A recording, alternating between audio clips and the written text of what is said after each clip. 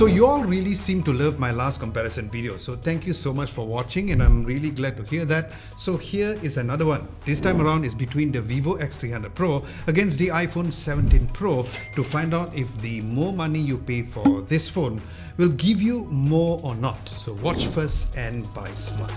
Now just as a recap, the iPhone 17 Pro comes with a triple 48 megapixel lens, where the main camera is an f1.8 aperture at 24mm wide lens, a f2.8 4x optical periscope telephoto lens. Then the ultrawide lens is a f2.2 13mm wide lens with an 18 megapixel f1.9 20mm square sensor selfie lens. Then as for the Vivo X300 Pro, it comes with a Zeiss lens setup, a main 50 megapixel f1.6 24mm Zeiss wide lens, a massive 200 megapixel Zeiss APO telephoto f2.7 85mm periscope telephoto lens with a 3.5x optical zoom. Then there's the 50 megapixel f2.0 15mm ultrawide lens with autofocus. And there's also the 50 megapixel f2.0 20mm selfie lens with autofocus. So yes, this is the only time I'll be talking about the specs because the rest of the video will be a head-to-head comparison purely on the image and a video perspective. Now starting from the ultrawide lenses, there are only two differences that you can see. Firstly, the iPhone's image is wider because it has a 13mm focal length compared to 15mm on the Vivo, and secondly are the colors, where it was more vibrant on the Vivo, making it a bit more appealing to share on social media or just to show your friend. Other than that, the dynamic range is the same with no barrel distortion at the edges. Now even looking at this second picture, the overall shadows at the bottom coming from the leaves above was very well pronounced, and the dynamic range in the middle far ahead was also nice and visible without being blown out. But what's interesting is that this particular third image, because this was taken around 6 PM where things were starting to get a little darker, and here's where Vivo was the clear winner with a brighter overall image in the darker parts even with a similar aperture value. And it was the similar case for the nighttime with better highlights shown on the Vivo. Now for the main lens though, just so you know that both phones are using the same 24mm as mentioned earlier, but the iPhone has a slightly bigger aperture at f1.78 instead of f1.57 on the Vivo. So besides the more vibrant colors on the Vivo, you'll see a difference in the highlights and the shadows because of the better aperture value on the Vivo. And the results were the same on the 2x mode, where the Vivo is at 48mm, but the iPhone chooses to crop from the 24mm main lens instead, which was weird but true. Then comparing the telephoto lenses, the 85mm on the Vivo is at 3.5x zoom, where the iPhone was on the 4x zoom, but because the aperture value is higher on the Vivo at f2.6 instead of f2.8, so once again you're getting a brighter photo on the Vivo. There's also a difference once again in the optical focal length, where the Vivo is at 10x and the iPhone is at 8x instead, but looking at the image quality once again, the Vivo is just a bit more brighter, but the details are great on both.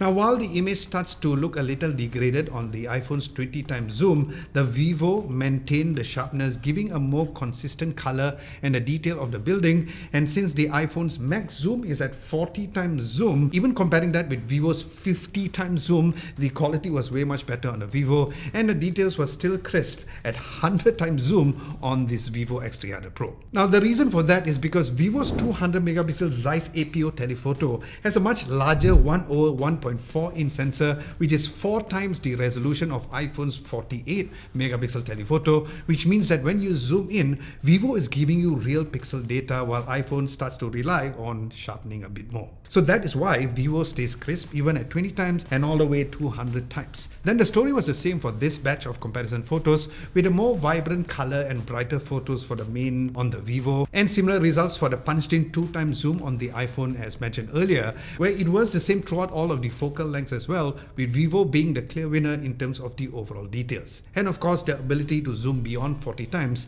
yet giving amazing details on the photos.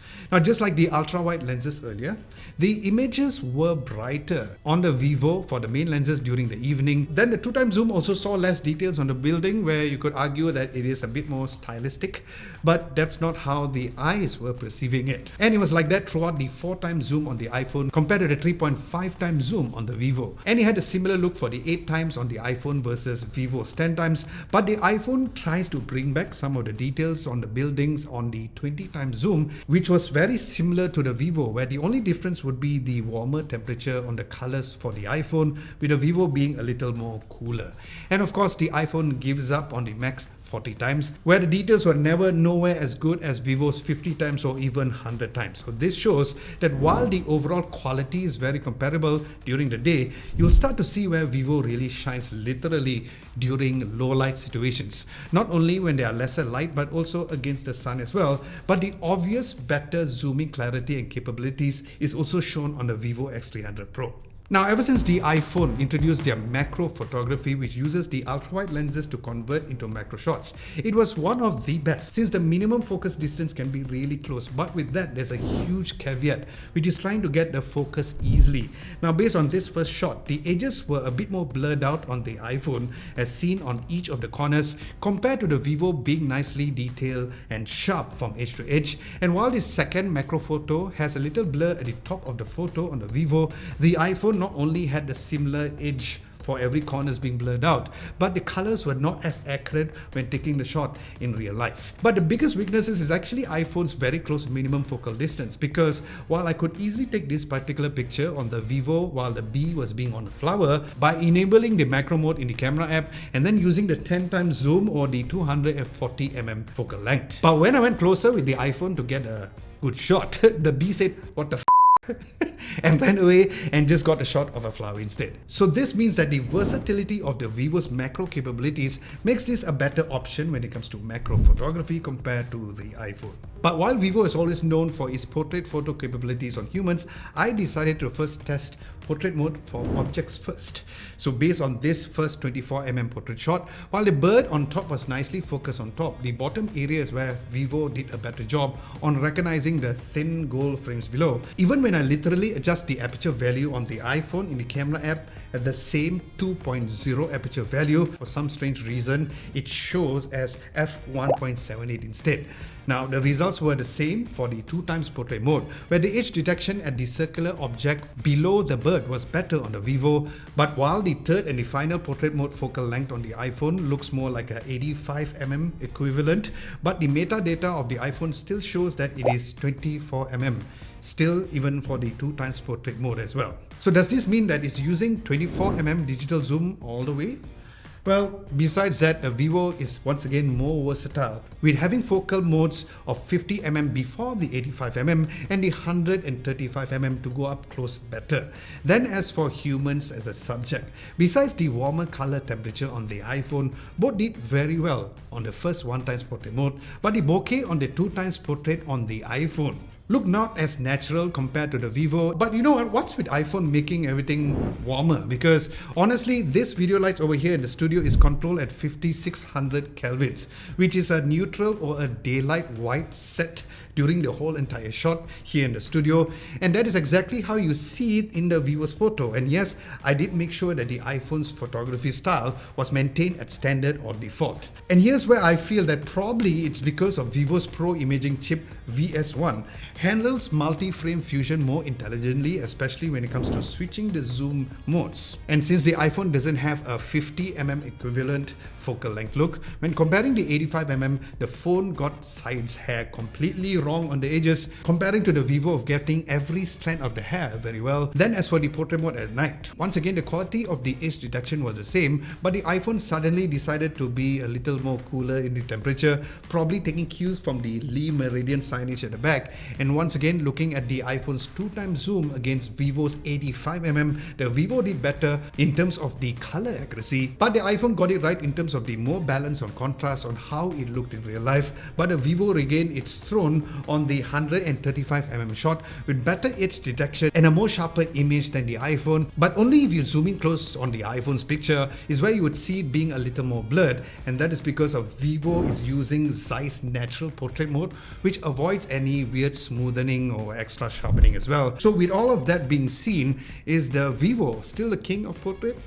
Well, you tell me, guys. Then as for the selfie cameras, while Apple has been talking about its square sensor and how wide the selfies can be, but the caveat is that it doesn't work with portrait mode. So which means that typical selfie with your background being blurred is only available on portrait mode, but not this new square sensor Probably not yet. However, on the Vivo, it has 3 different focal lengths even on the portrait selfie, which is a 20mm wide, a regular 24mm and also a super close 50mm too. Even though not sure who would take a 50mm selfie because you need to stretch out your hand like that to take a shot to fit your head in the frame. But yeah, at least there's an option where all of the focal length maintain the same color accuracy. So it's good that there's no difference in color when using different focal length, even though it's using a digital zoom using the front cameras.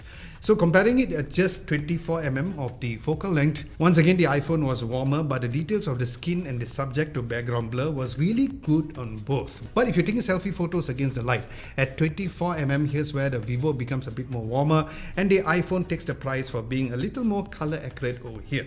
Then as for taking selfies at night, while I totally forgot to turn on the portrait mode on the Vivo, you can see the results being the same as the daytime shots, with the iPhone being warmer as usual at 24mm focal length. But if you're taking a selfie photos against a bunch of lights at the back with less light shining at your face, the Vivo does surprisingly better at lighting the face. So I wanted to show you how each does in a more indoor mixed lighting situation, as I feel that it is important to know how each phone handles the white balance better. Well, the good news is that both handle it well in the ultra-wide lenses, but the story was the same with the iPhone being just a little warmer, but the color consistency on both was perfect with no color shift.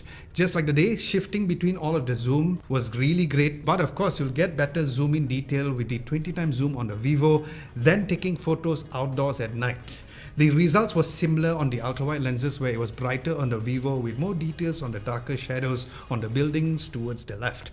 The lens flare on the iPhone on the lamppost, while it is really improved, but Vivo handled it just a little better. But what's interesting is that on the 2x mode, both phones had the lens reflection towards the side of the photo as seen, but once again, it was more prominent on the iPhone as seen side by side. Now, both of them also looked almost the same for the 4x zoom on the iPhone and the 3.5x zoom on the Vivo. And the darker areas are not much of a difference compared to the main lenses. But the way Vivo handled the St. Giles signage was better, as seen in the 10x zoom on the Vivo against the 8x zoom on the iPhone, and the quality continues to degrade on the iPhone on the 20x zoom, the 40x max zoom, together with the 50x zoom on the Vivo as well. Now, as for video, in terms of the specs, the Vivo X300 Pro records up to 8K, but since the iPhone doesn't go up to that recording resolution, let's take a look at the 4K video quality on each.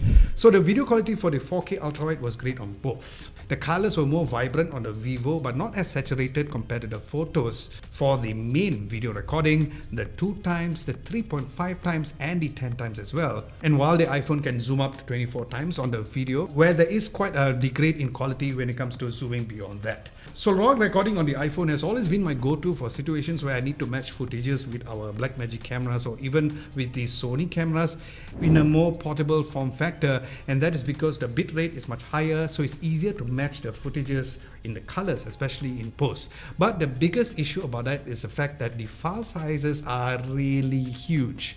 Just looking at these two ultra-wide footages side by side, the Vivo's file size is only 154.9 megabytes compared to a massive 1.66 gigabytes on the iPhone. Now honestly, this is something that would only benefit towards a more professional video recording workflow, because if you're just shooting videos casually, the Vivo's log is very capable enough of doing some unique color grades, so it's totally depending on you. But yes, both log recordings are really great on both phones, even at 1x, 2x, 4x and 10x mode as well. Then looking at the stabilization on each, the 4K ultrawide was very gimbal-like, so it was for the 1x mode and the 2x zoom, but the 4x stabilization on the iPhone was not as good as the Vivo, where the Vivo did very well still even at 10x mode, where it was so much more stable with only a little jitter compared to the iPhone's 8x zoom. Now this is because Vivo is using their gimbal grade OIS on the lens for their rear, so even at long zoom shots, it's still maintained to be very steady. Then the 4K front video quality was great on both, but this time around the iPhone was more color accurate, where the Vivo was a bit more warmer. Even the stabilization was a little better on the iPhone, but the dynamic range on the exposed sky were really good on both. However, the quality on the ultrawide video at night was better on the iPhone, with less noise on the darker areas, but only if you zoom in very closely to the footage. And while the quality was equally as good on both phones for the main lenses, here's where you start to say hello to that annoying glare that you get on iPhone iPhones when shooting against the light on the lamppost.